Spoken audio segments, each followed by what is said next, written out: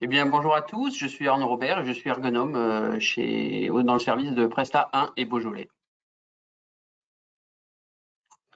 Et j'ai donc mon collègue Julien. Et bonjour, bonjour tout le monde. Je m'appelle Julien Barbera, je suis ergonome également au sein du service Presta 1 et Beaujolais. 100% Presta aujourd'hui. Je démarre tout de suite, ça y est, j'enchaîne. Je crois que Allez, on y va, c'est Ok, parti. du coup, on est très heureux de vous accueillir aujourd'hui pour ce webinaire, lutter contre la sédentarité. Donc, qu'est-ce qu'on va voir ensemble? Alors, Arnaud va vous définir ce qu'est la sédentarité. Nous verrons quelles sont les situations de sédentarité, que ce soit dans votre quotidien ou au travail, et quelles sont les conséquences sur la santé. Enfin, on abordera beaucoup de solutions pour savoir comment lutter contre la sédentarité. Voilà. Donc, je laisse Arnaud vous définir ce qu'est la sédentarité. Alors, qu'est-ce que la sédentarité? C'est une bonne question. La sédentarité, vient du terme latin qui veut dire être assis. Et c'est une situation d'éveil caractérisée par une dépense énergétique qui est inférieure ou égale à 1,5 mètres, que ce soit en position assise ou allongée. Alors, vous allez me dire, c'est quoi un mètre? Un mètre, c'est un équivalent métabolique. Voilà. Ça correspond à votre dépense énergétique lorsque vous êtes assis devant la télé sans parler. Voilà. Donc, cette situation de sédentarité, elle correspond au temps passé assis ou allongé, sans autre activité physique, entre le lever, le matin où vous levez, et le coucher. Pour vous donner un peu des équivalences, pour que vous ayez une petite idée, donc en dessous de 1,5 mètre, on est en activité sédentaire.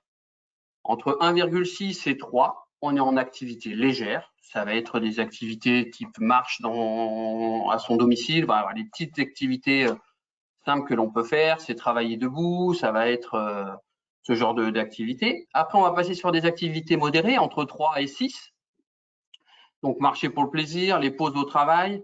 C'est des activités où on va avoir une fréquence cardiaque qui va commencer à augmenter tout doucement, voilà, avec un débit respiratoire qui va également augmenter. Et au-dessus de 6 mètres, on est sur une activité dite élevée. Voilà. Ça va être monter les escaliers de manière un peu vive. C'est toutes les activités, on va avoir une fréquence cardiaque qui va augmenter de manière significative, avec une respiration rapide et éventuellement un essoufflement qui va suivre. Voilà. Ça, c'était pour la sédentarité.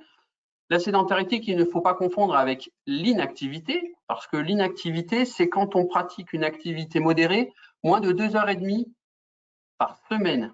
Voilà. On verra tout à l'heure que la sédentarité, on va plus comptabiliser ça sur une période journalière. Voilà. L'inactivité, c'est vraiment sur une semaine. En plus, on peut très bien être actif, faire ses 3 heures de sport par semaine et être complètement sédentaire en travaillant plus de 8 heures par jour dans son bureau ou en se prélassant tranquillement tous les soirs devant sa télé en regardant Netflix. Voilà. C'est des situations de sédentarité et même si vous êtes athlète de haut niveau, vous pouvez quand même l'être. Et ce qu'il faut donc retenir, c'est que voilà, la sédentarité, ça ne se fait pas sur une semaine complète. Les situations de sédentarité et leurs conséquences sur la santé.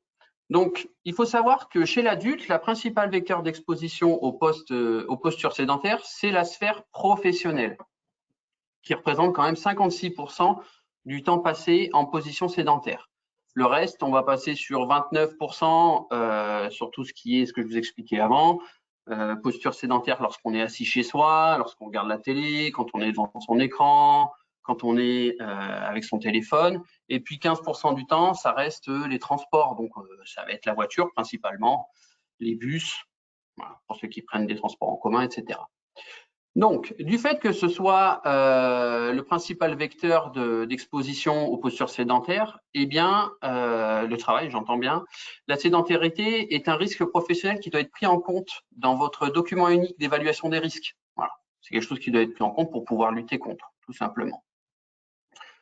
Concernant la sédentarité, il y a 2 notions à bien prendre en compte. Ça va être l'exposition cumulée journalière, c'est-à-dire que du matin au soir, vous allez rester 8 heures assis derrière un écran, que ce soit la télé ou que ce soit derrière votre écran professionnel, ou même assis dans votre voiture.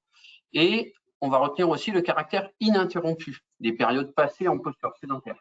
Ça va être sur un long trajet en voiture, une longue session de travail derrière votre écran, regarder un film le soir. Voilà. Donc, c'est ces deux notions qu'il faut retenir.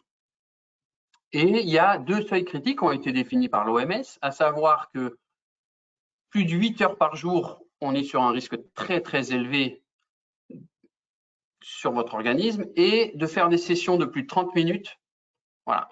C'est ces deux facteurs-là qui vont augmenter votre risque derrière. Et quel risque vous allez avoir? Eh bien, tout simplement les suivants. Ça peut avoir un effet sur votre santé mentale. Au niveau des TMS, ça peut augmenter le risque. La prise de poids. Et puis, comme ça joue sur votre métabolisme, eh ben, ça peut aussi, sur le long terme, être responsable d'apparition de cancer, de diabète de type 2 ou de pathologies cardiovasculaires. Voilà. Donc, de fait de ces maladies-là et de ces pathologies, eh bien, aujourd'hui, la sédentarité, c'est la 4e cause principale de décès prématurés dans le monde, ce qui est quand même pas négligeable. Donc, aujourd'hui, qu'est-ce qu'on est là? On est là pourquoi? On est là aujourd'hui pour vous donner quand même des petites indications pour pouvoir essayer de réduire votre niveau de sédentarité. Et il y a une étude qui a été faite au Canada, qui a été faite sur un peu plus d'1 million de personnes, voilà, et qui nous explique qu'il faudrait entre 60 et 75 minutes d'activité modérée à intense par jour pour pouvoir espérer compenser, au niveau du risque de mortalité, les 8 heures de comportement sédentaire journalier. Sauf que, je ne sais pas vous, mais moi en tout cas, 60 à 75 minutes d'activité modérée à intense par jour, je n'ai pas le temps de le faire. J'ai des enfants, le matin je cours, l'après-midi je cours, mais pour moi, on n'est pas sur des activités modérées. Donc, il va être nécessaire d'aménager votre quotidien et de votre quotidien au travail afin qu'on puisse réduire les niveaux d'exposition, que ce soit au niveau de la durée cumulée de votre journée en position sédentaire ou réduire les petites périodes dont on parlait tout à l'heure pour éviter que l'on fasse des sessions de plus de 30 minutes en posture sédentaire ininterrompue. Donc, ce qu'on vous propose, nous, tout simplement, la première des choses, eh bien, c'est de vous déplacer par vous-même et de faire ce qu'on appelle un transport actif. C'est tout simplement utiliser vos jambes, vos bras pour vous mouvoir. Alors, plus les jambes, parce que si vous arrivez à vous déplacer sur les bras, je vous applaudis. Donc, nous, ce qu'on vous propose, c'est, même on vous encourage à le faire, c'est que sur les trajets courts, alors qu'est-ce qu'un trajet court? Si vous avez la chance d'habiter près de votre lieu de travail, c'est de chez vous au lieu de travail, c'est de l'école de vos enfants à chez vous, c'est de chez vous à la boulangerie, voilà, tous ces petits déplacements, c'est de les faire à vélo, de marcher, de faire de la trottinette mécanique. Si vous faites du patin à roulettes, allez-y. Voilà, tout ce genre de petites activités, ça fait monter le métabolisme. Donc, ça ne peut être que bénéfique et ça sera beaucoup mieux pour la planète que si vous utilisiez votre voiture, tout simplement.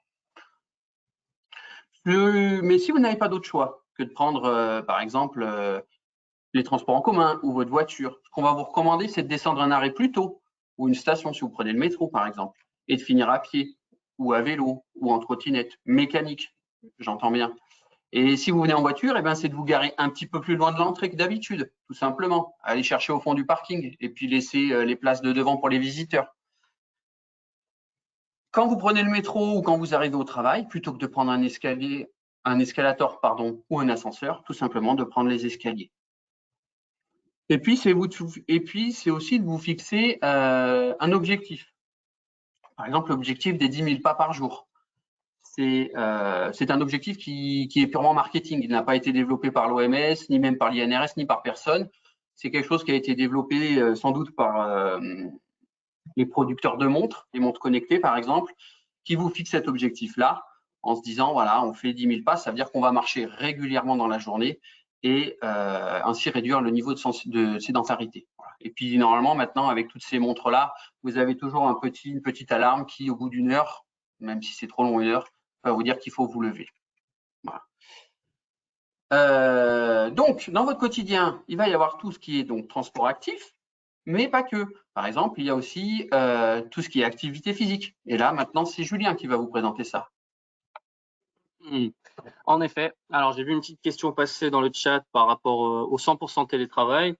Donc, en effet, le transport actif, ça pourra pas être utilisé pour aller à son travail. Mais comme a dit Arnaud, sur des trajets courts, par exemple, chez vous à la boulangerie, ça, vous pouvez totalement le faire. Et toutes les solutions qu'on va présenter maintenant, l'activité physique et d'autres solutions après, vous pourrez quand même les mettre en place en faisant du 100% télétravail. OK. Donc, l'activité physique, ça peut concerner votre quotidien et le travail. C'est un sujet, comme l'a dit Damien, qu'on a déjà abordé dans le webinaire du 4 juillet. Vous avez une rediffusion sur YouTube, sur la chaîne de Présence. Voilà. Je vais vous résumer un petit peu ce qu'on avait vu ensemble pendant 15-20 minutes. J'avais développé un petit peu. Donc, j'avais donné une définition de l'activité physique. Donc, l'activité physique, c'est l'ensemble des mouvements du corps produits par les muscles qui entraînent une dépense énergétique supérieure à celle qui est dépensée au repos. Donc, on voit que la définition de la sédentarité avec le MET, la définition de l'activité physique sont relativement proches. On parle quand même de concepts relativement similaires. Mais, comme l'a dit Arnaud, on peut tout de même faire de l'activité physique et être sédentaire. Voilà, donc il y a quand même quelques petites nuances. Donc l'activité physique inclut, en plus des activités sportives, les activités physiques et exercices quotidiens. Donc je fais du sport, je suis actif, mais je peux aussi, par exemple, promener mon chien, avoir un travail physique, et ce n'est pas une activité sportive, mais c'est une activité physique. Voilà. Alors, quelles sont les recommandations officielles en termes d'activité physique? L'OMS recommande de faire entre 1h15 et 2h30 d'activité physique intense par semaine, ou bien activité physique modérée entre 2h30 et 5h. On a vu pendant la présentation donc, du 4 juillet, on avait vu que l'activité physique, elle possède de nombreux effets positifs. Donc, c'est bénéfique pour votre corps, pour votre cœur, pour votre santé mentale. L'activité physique va vous aider à améliorer vos processus cognitifs, va vous aider à apprendre plus facilement. Voilà. On a vu également pendant le webinaire que l'activité physique peut se pratiquer seule ou à la maison. Donc là, je vais en partie répondre à la question sur le 100% télétravail. On avait vu que j'avais donné une solution qui s'appelle le 7 minutes workout. Vous pouvez aller sur l'App Store ou le Play Store, vous tapez 7 minutes et vous avez en fait une application, vous la téléchargez, un petit logo vert qui vous explique, qui vous guide, qui vous donne 12 exercices à faire à la maison au poids de corps pour inclure un petit peu d'activité physique dans votre quotidien et faire monter le cœur. Voilà. Donc c'est prouvé scientifiquement d'améliorer un peu la santé du corps, la santé du cœur, etc. Donc voilà pour ça.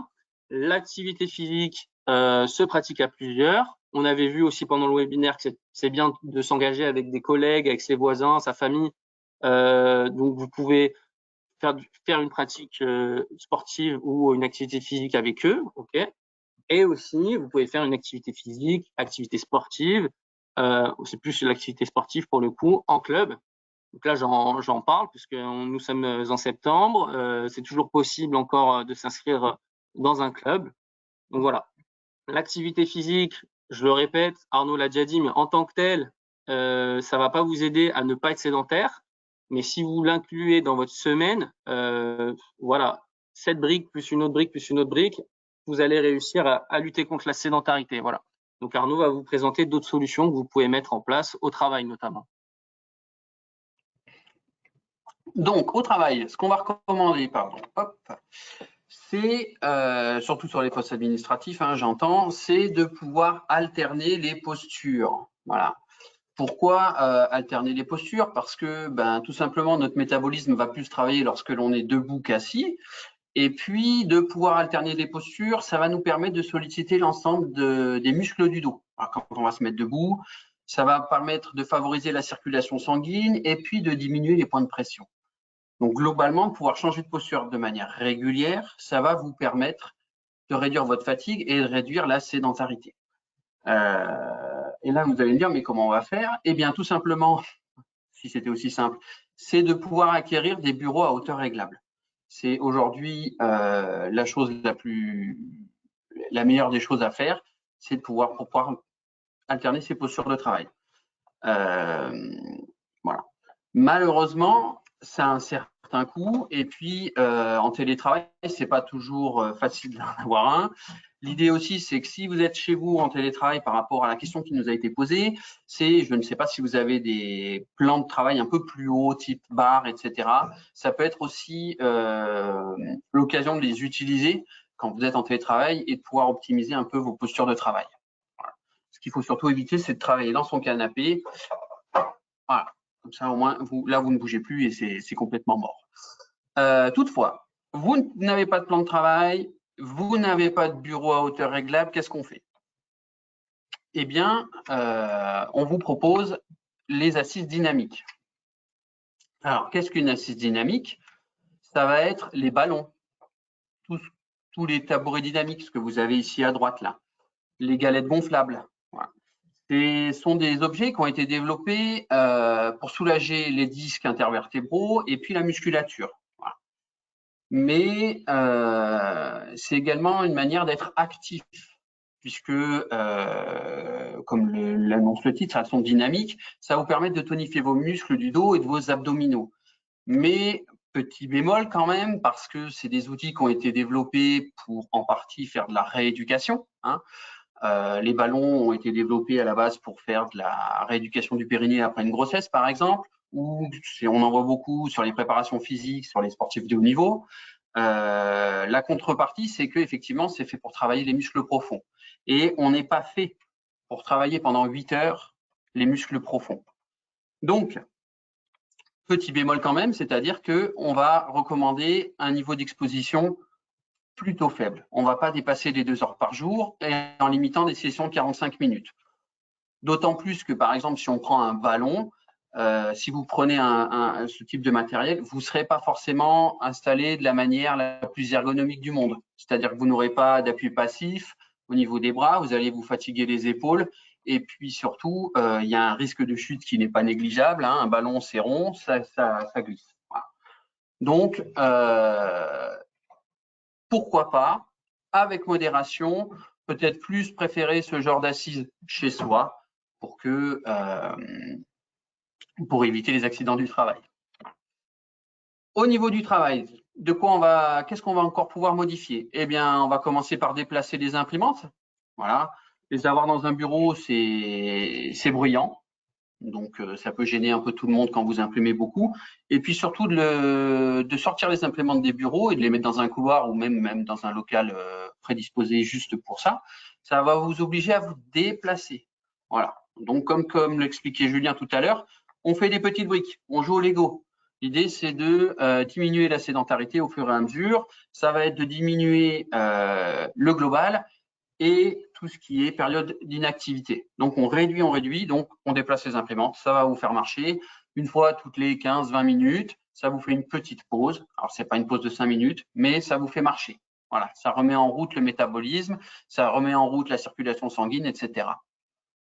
Ensuite, on va privilégier les réunions en présentiel. Toujours pareil, c'est une petite brique de Lego supplémentaire. Là, on va en réunion, on marche. On prend notre ordinateur, notre petit cahier, ça nous force à porter un petit peu plus, ça fait monter un peu la fréquence cardiaque, on marche. Pourquoi aussi en présentiel? Parce que tout simplement, c'est beaucoup plus convivial. Ça permet l'amélioration de la cohésion d'équipe, hein, tout simplement. Ça simplifie les échanges. C'est moins fatigant parce qu'au niveau cognitif, on est moins concentré que sur un écran, tout simplement. Voilà. Et puis, ça reste convivial. C'est toujours plus sympa de croiser ses collègues en réunion plutôt que de les voir à travers un écran. C'est toujours plus simple. On va favoriser les discussions en présentiel plutôt que les mails ou le téléphone. Toujours pareil. Moi, je ne vais pas aller voir ma collègue du bureau d'à côté en lui envoyant un mail. Je vais plutôt aller la voir pour lui demander ce sur quoi le sujet qui nous intéresse, tout simplement. C'est plus convivial. Ça nous fait un petit déplacement. C'est toujours plus sympa. Et surtout, ce qu'il faut retenir, c'est que quand vous envoyez un mail ou quand vous téléphonez à quelqu'un, l'information qui est retenue par votre interlocuteur, ça dépasse rarement les 20 à 30% de l'information que vous lui avez transmise. Donc, mieux vaut privilégier le présentiel. On revient à à notre télétravail dont on parlait tout à l'heure.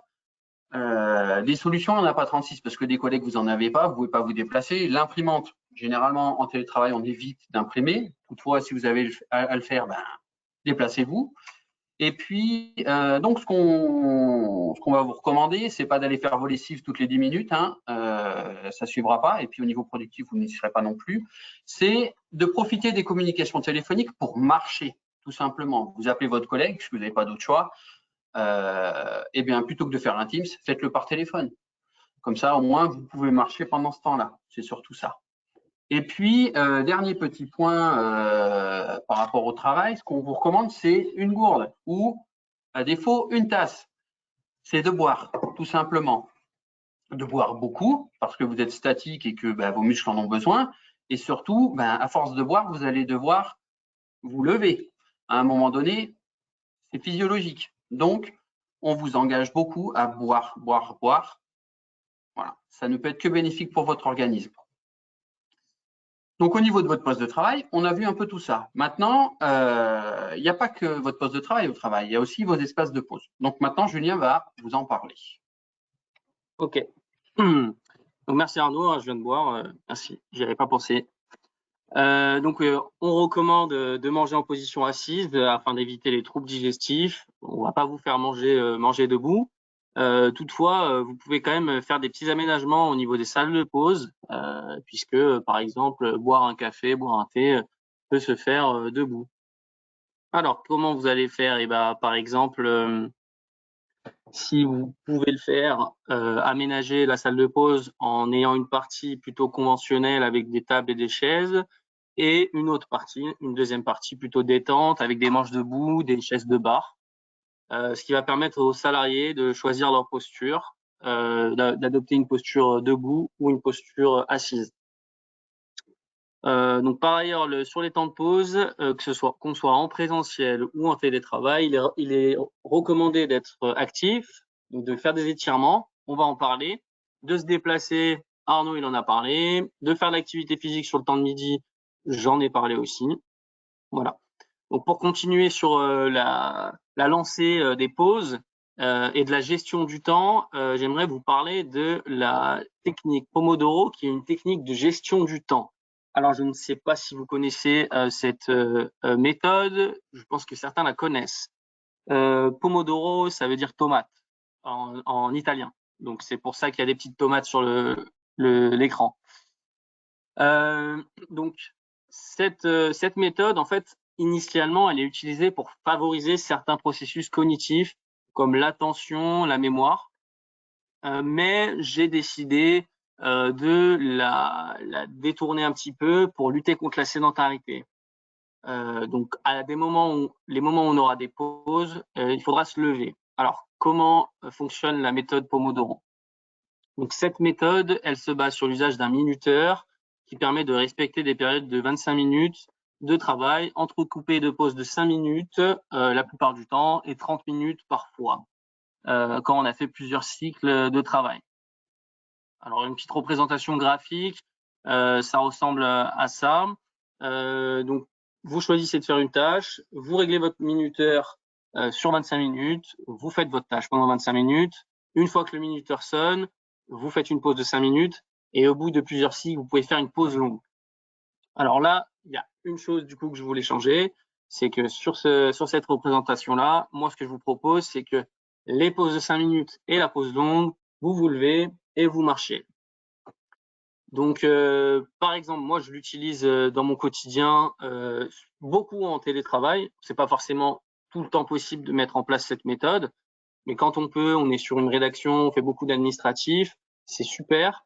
Donc, comme j'ai dit, il y a des avantages sur tous les processus cognitifs et le fait de chronométrer, donc de se dire bon bah là j'ai 25 minutes de travail, je vais être concentré sur ma tâche. Le minuteur sonne, que ce soit au niveau des processus cognitifs ou au niveau de la sédentarité, je n'ai pas besoin de me poser de questions, ça sonne, je me lève, je pars du bureau, je marche 5 minutes et je reviens. Et puis après, je me remets dans mon travail. Voilà. Petite astuce pour les personnes, enfin pour tout le monde en fait, en bas à gauche de votre écran, donc sur la barre de recherche Windows, vous tapez horloge et vous avez accès à un genre de méthode Pomodoro directement intégré dans Windows. Donc vous dites au logiciel que vous allez travailler 180 minutes, 240 minutes, et du coup il vous gère les temps de travail, les temps de pause. Vous avez une petite notification quand il est temps de faire une petite pause. Voilà. Donc dès que vous avez la notif et la petite sonnerie, vous vous levez, vous partez. Voilà. Alors, pour rajouter encore d'autres solutions qu'on peut mettre en place dans notre quotidien et également au travail, ce sont les étirements. Alors les étirements en tant que tels, ils permettent de gagner en souplesse ou de réduire la sensation de douleur. Mais s'étirer, c'est aussi se mettre dans une posture active. Donc, dans la journée, pareil, avec cette image de rajouter des briques, et ben voilà, on va faire 5 minutes, 10 minutes d'étirement dans sa journée et on va être dans une posture active. Du coup, on va limiter les temps sédentaires. On va pouvoir ne pas être sédentaire à la fin de la journée. Alors du coup, eh bien, au lieu de rester assis pendant 1 heure et vous présenter mes diapositives, j'ai décidé de vous présenter des étirements en direct. Voilà, je me mouille. Alors, j'espère que vous me voyez bien. Je vais juste vérifier pour ma webcam. Voilà. Alors, donc par exemple, si vous faites du travail sur écran, souvent la région la plus sollicitée qui peut s'enraidir, souvent c'est la région cervicale. Le muscle que vous pouvez cibler, que vous allez pouvoir étirer, c'est ce qu'on appelle le trapèze supérieur. C'est ce muscle-là, le muscle des rugbyman qui jouent ce soir, les Bleus. Et donc, ce que vous allez faire, tout simplement, vous allez fixer une épaule et vous allez incliner la tête du côté opposé. Je fixe mon épaule, j'incline la tête du côté opposé et je ressens l'étirement du trapèze supérieur. Voilà. Donc, en fait, le faire en statique comme ceci, ça va permettre de réduire la sensation de douleur. Vous pouvez le faire en dynamique et ça, c'est plus pour gagner de la souplesse. Donc, en dynamique, en gros, bah, je fixe mon épaule et là, je viens faire des mouvements comme ça, un peu comme si j'ouvre, je ferme, etc. Donc ça, c'est ce qu'on appelle la mobilité. Et un étirement statique, on appelle ça un étirement statique. Vous pouvez, par exemple, quand vous faites un étirement statique, vous le maintenez 30 secondes. Vous en faites 2-3 dans la journée, c'est très bien. Voilà pour l'étirement du trapèze supérieur, qui peut être pas mal sollicité quand on va maintenir sa tête pendant 8 heures face à l'écran. Des muscles sollicités quand on travaille sur écran, bah, ce sont les extenseurs du poignet avec le clavier, les touches répétées, les clics répétés sur la souris. Vous avez également aussi les muscles opposés, les fléchisseurs du poignet. Donc, pour les étirer, eh ben, c'est simple. Vous pouvez tendre votre bras, pas forcément tendre comme ça, mais juste là, avoir l'avant-bras ici. Vous laissez tomber votre poignet.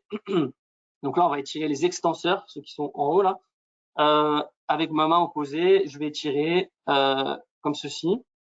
Voilà, pareil, je peux maintenir 30 secondes et je vais ressentir l'étirement proche du coude, puisque les muscles s'insèrent ici, proche de l'épicondyle. Pareil pour du coup les fléchisseurs. Je mets la main vers le haut, je la laisse tomber et là je tire comme ceci, je tire les doigts et je ressens l'étirement. Vous pouvez maintenir 30 secondes. Donc j'ai parlé tout à l'heure de mobilité pour le trapèze supérieur. Vous pouvez faire pareil, la mobilité pour le poignet. Voilà. Donc après, il existe beaucoup d'étirements qui vont pas forcément, qui n'ont pas forcément un rapport avec le travail sur écran. Je dis n'importe quoi. Si vous étirez votre triceps, bon, c'est plus que quelque chose que vous allez faire, par exemple après une activité sportive. Il y a d'autres étirements qui peuvent être intéressants. Celui qu'on connaît pas mal, c'est alors là, je sais pas si je pourrais vous le montrer. C'est l'étirement des ischio-jambiers. C'est étirer les ischio-jambiers. Ça peut être pas mal pour des fois donner un peu plus de mobilité au niveau du dos. Le fait de rester assis des semaines, des mois, des années va enraidir vos ischio-jambiers. Donc les étirer en mobilité ou faire des étirements statiques, ce sera bénéfique. Donc, ce que vous faites, vous n'êtes même pas obligé de tendre la jambe. C'est pareil, là, c'est un peu ce que j'avais fait. La jambe était pliée. Et en fait, surtout, ce qui est important, c'est bien marquer le creux lombaire.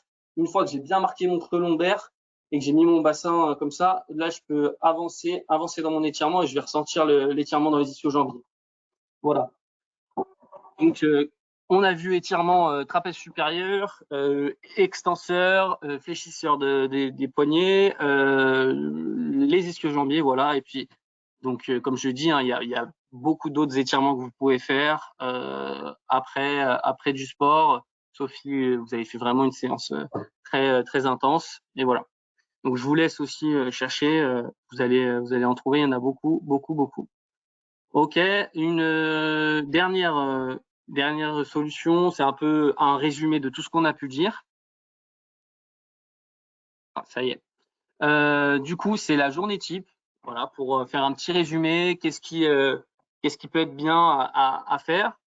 Donc en haut, ce serait une journée type sédentaire. En bas, une journée type un peu moins sédentaire. Donc, solution que Arnaud vous a proposée, utiliser un moyen de transport actif.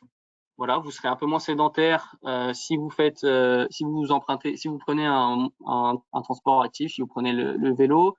Donc c'est une activité quand même assez modérée, voire élevée si vous faites du vélo. Après, donc le matin, on travaille. Alors idéalement, si on a un bureau réglable électrique, réglable en hauteur, et ben tout de suite le matin, on va se lever, on va travailler debout. Et on fera une activité peu intense versus quelqu'un qui va travailler assis, qui va être sédentaire. Le midi, donc, on mange tous assis, il n'y a pas de souci là-dessus. Par contre, après, il y a des personnes qui vont rester assises après le repas. Du coup, là, on va être sédentaire versus un salarié qui va choisir de marcher après le repas. Et donc là, on va réduire le temps sédentaire. L'après-midi, on revient pour travailler. Ce qu'on peut faire, là, j'ai mis une petite tomate jaune. Elle est bien intégrée. J'aime bien comment elle est intégrée. Et bah du coup, ce qui va faire la différence là, c'est que je mets donc mon minuteur Pomodoro pour les 4 heures ou les 5 heures que je vais passer à travailler. Donc là, je vais pas avoir une activité très intense, mais voilà, je vais me lever toutes les 25 minutes.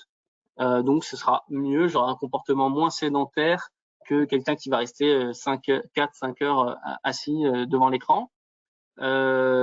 Sachant que Arnaud, vous l'avez dit, un des seuils un seuil auquel il faut être vigilant, c'est les 30 minutes cumulées. Voilà. Donc la Pomodoro vous aide à casser ces périodes d'inactivité très prolongées. Le soir, du coup, bah, si on a un transport actif, on rentre en transport actif. Et puis après, une fois qu'on est à la maison, bon bah voilà, une posture sédentaire, ce serait de continuer à s'asseoir devant un écran, voilà, de pas être trop actif, versus quelqu'un qui va décider de faire une activité sportive. Voilà. Donc ça pour vous donner un aperçu global, ce qui fait que sur une journée, sur une semaine, puis après sur plusieurs semaines, plusieurs mois, sur plusieurs années, et ben en fait on va avoir un risque plus élevé donc pour les comportements sédentaires et un risque moins élevé pour les comportements qui étaient moins sédentaires. Voilà. Donc ce que vous pouvez garder en tête dans votre quotidien, moi ce que je fais, c'est de rester éveillé à cette problématique de la sédentarité. J'ai essayé d'inclure des habitudes comme par exemple venir en vélo au travail. Donc une fois que l'habitude elle est ancrée, je me pose plus la question, mais je reste éveillé sur voilà des petits moments où je dois par exemple attendre le médecin. J'attends 15 minutes dans une salle d'attente. Et ben je vais rester debout par exemple, puisque si jamais je suis venu assis dans ma voiture, bah voilà, là j'ai pas fait trop d'activité, et ben je peux attendre debout 15 minutes, sachant que je vais aller me rasseoir dans le cabinet du médecin. Voilà. Donc rester éveillé, c'est important.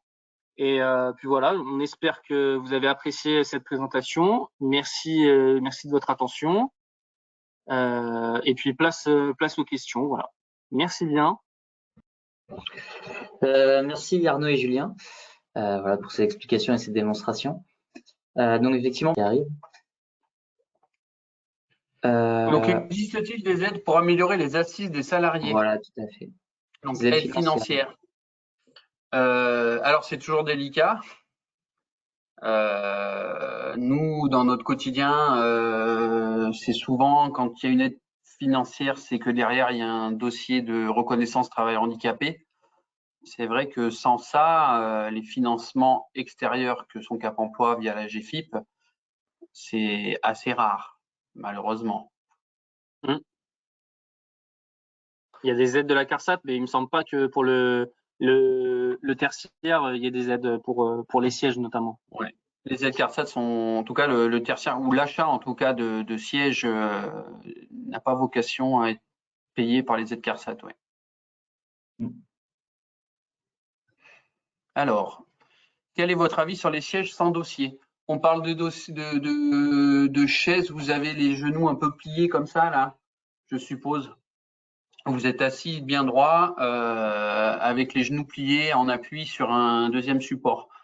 Alors c'est un peu on va chercher un peu cet effet-là avec les ballons. C'est un peu toujours la même idée, c'est de se retrouver avec une posture bien droite, avec une colonne vertébrale qui suit en fait les courbures naturelles du dos. Moi, j'ai eu essayé ça dans le passé. Alors, ça va être intéressant un temps. Après, de toute manière, on va quand même être amené à se voûter sur l'avant. Donc, la posture, le gain va être très court. Et surtout, on a tendance à glisser. Parce que la gravité faisant, on va glisser sur l'avant. Donc, on va être toujours en train de se remonter comme ça pour pouvoir être convenablement assis. Après, encore une fois, ça va dépendre des personnes. Il y en a qui vont apprécier d'être en appui aussi sur les genoux. C'est pas forcément très agréable, même s'il y a un coussin. Ce sera comme les ballons. Il y a une durée d'exposition à pas dépasser. Je pense que rester 8 heures dans cette position, c'est peut-être pas idéal.